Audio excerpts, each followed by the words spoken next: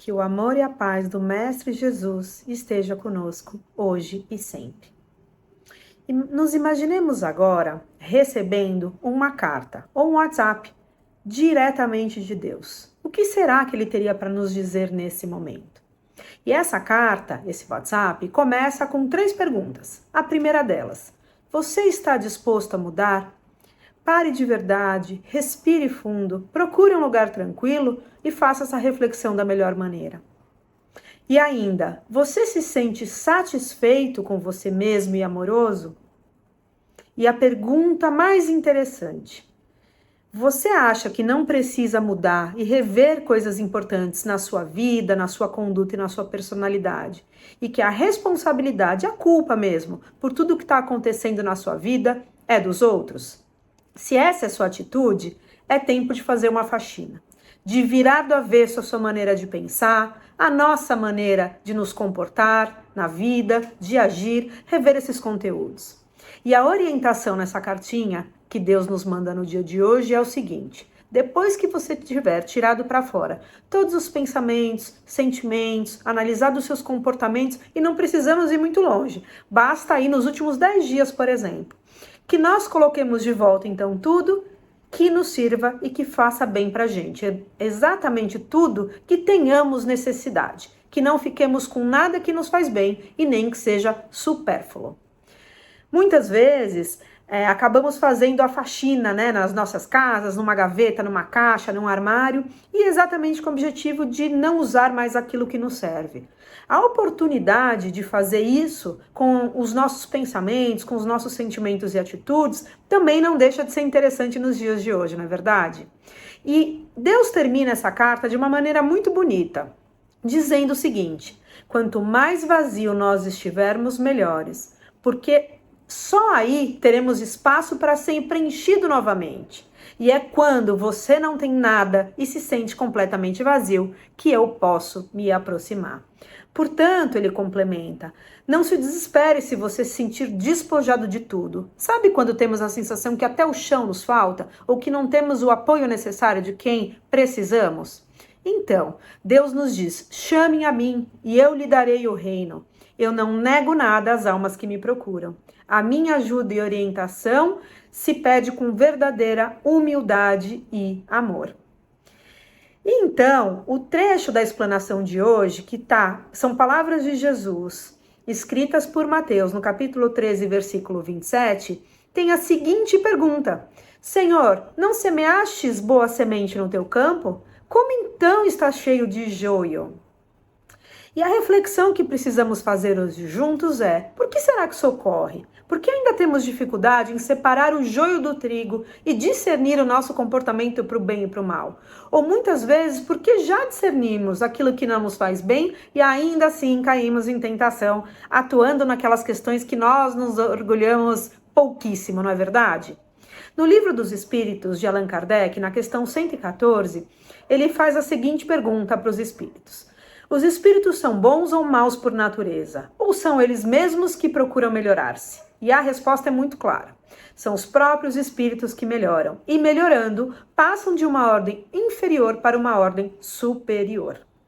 Dessa maneira, ele nos diz que temos possibilidade de escolha, o que é libertador, ou seja, que separar o joio do trigo, ou aquilo que já não nos serve mais, como essa cartinha de Deus para nós, é uma reflexão importante para se fazer durante uma encarnação. Espíritas que somos, sabemos que viemos aqui para esse mundo para reforma íntima, portanto, para trabalhar fortemente na nossa evolução espiritual e evolução moral também. No livro Cura e Libertação, de José Carlos de Luca, no capítulo Livre-Arbítrio e Responsabilidade, ele nos diz que temos a tendência, todos nós seres humanos, a colocar a culpa ou a responsabilidade dos nossos problemas em terceiros.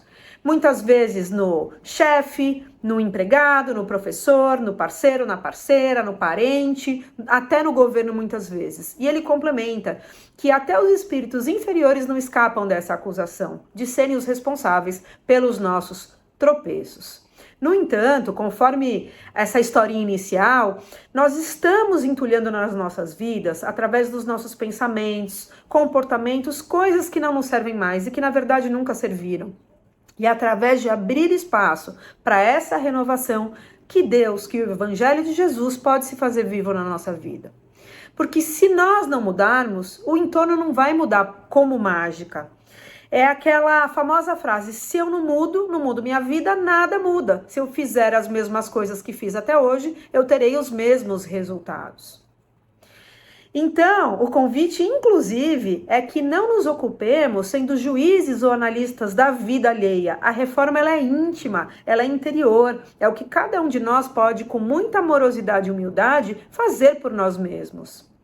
Se precisarmos até conversar sobre um tema delicado com o outro, apontar alguma questão, dar até um conselho, que possamos fazer da nossa língua um instrumento de amor, fazer com tranquilidade, com uma intenção de melhoria, e não de descarregar o tal falei tô leve, como se diz nos dias de hoje. Portanto, um ponto e uma vírgula que mudam o sentido da frase podem mudar uma vida e uma consequência de alguma coisa através de uma fofoca, de uma consideração não muito acertada. É comum ficarmos parados para encontrar a luz no final do túnel. Não é assim que a gente diz quando eu tenho um problema? Não estou conseguindo ver a luz no final do túnel. Mas não é raro, muitas vezes, permanecermos muito tempo nesse túnel, às vezes uma vida toda, uma encarnação inteira. E ficamos presos porque temos dificuldade em pegar a nossa responsabilidade nesse todo. E colocamos muitas vezes a responsabilidade nos outros, quando muitas vezes nós somos os responsáveis por algumas questões que nós temos, seja pelo nosso pensamento, pela nossa omissão, aquilo que a gente falou, que não falou, que só pensou, que deixou de fazer. Em outras ocasiões, precisamos ainda passar por certas experiências. Nós sabemos disso, que algumas delas são combinadas antes de encarnarmos aqui no planeta Terra. E elas são necessárias para o nosso crescimento. O que não podemos esquecer é que a lição só termina quando cumpre o papel de ensinar. Ou seja, se aquela situação, aquele conflito não se resolve na nossa vida, ou se ele continua se repetindo, é porque, de fato, nós ainda não dedicamos o tempo e a atenção, a humildade e o amor necessário para que o entendimento ocorra. Ou seja, nós ainda não somos capazes de separar o joio do trigo, como esse convite que Jesus nos faz. Mas tem uma boa notícia. Na verdade, uma ótima notícia. Porque se o problema está comigo, seja porque gerei ou porque tenho algo a aprender, eu não dependo do outro para mudar. São escolhas que nós podemos fazer todos os dias quando levantamos. Ter melhores pensamentos, fazer uma oração, pedindo para que nosso anjo da guarda e Jesus estejam à nossa disposição.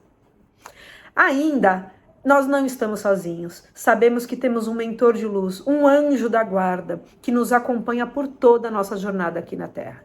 Também no livro dos Espíritos de Allan Kardec, na questão 491, ele pergunta qual é a missão do anjo da guarda. E a resposta é muito clara.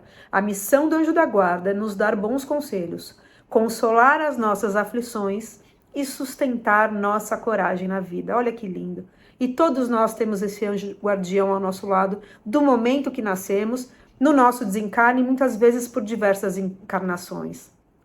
O anjo nos aconselha, mas cabe a nós o livre-arbítrio de tomar as decisões e já separar esse joio do trigo. Por exemplo, se estivermos dirigindo um carro em alta velocidade, o nosso anjo vai nos dizer, calma lá, você está correndo demais, isso pode ser perigoso. Mas tirar o pé do freio ou desviar do poste, certamente é uma escolha de cada um de nós, o chamado livre-arbítrio aqui na doutrina.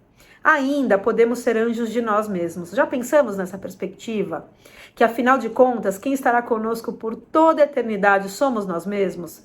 Ou seja, um pouquinho mais de amor próprio, que nos motiva a fazer o melhor por nós, nos levantarmos quando estamos caídos, dar um voto de confiança quando experimentamos o fracasso, a oportunidade de recomeçar, ainda temos tempo, estamos vivos, e nos encorajarmos quando o medo se insinua para nós. Enfim, sermos uma boa pessoa e melhor a cada dia para nós mesmos.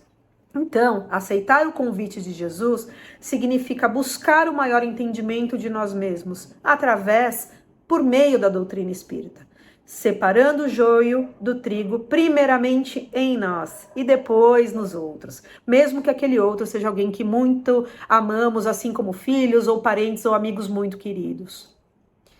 E por fim, que Senhor, nos dê a capacidade de discernir sobre aquelas decisões que nós podemos mudar, sobre aquelas que não tem mais nada a fazer no momento, aparentemente ali, e que quando nos depararmos também com situações como essa, que possamos lembrar que Deus não dorme nunca. Ele está sempre acordado, zelando por nós. Então, que confiemos um pouco mais em Deus, um pouco mais nessa espiritualidade maior, que possamos estar mais abertos para o nosso anjo da guarda e assim, de verdade, fazer a nossa verdadeira reforma íntima. Que assim seja, graças a Deus.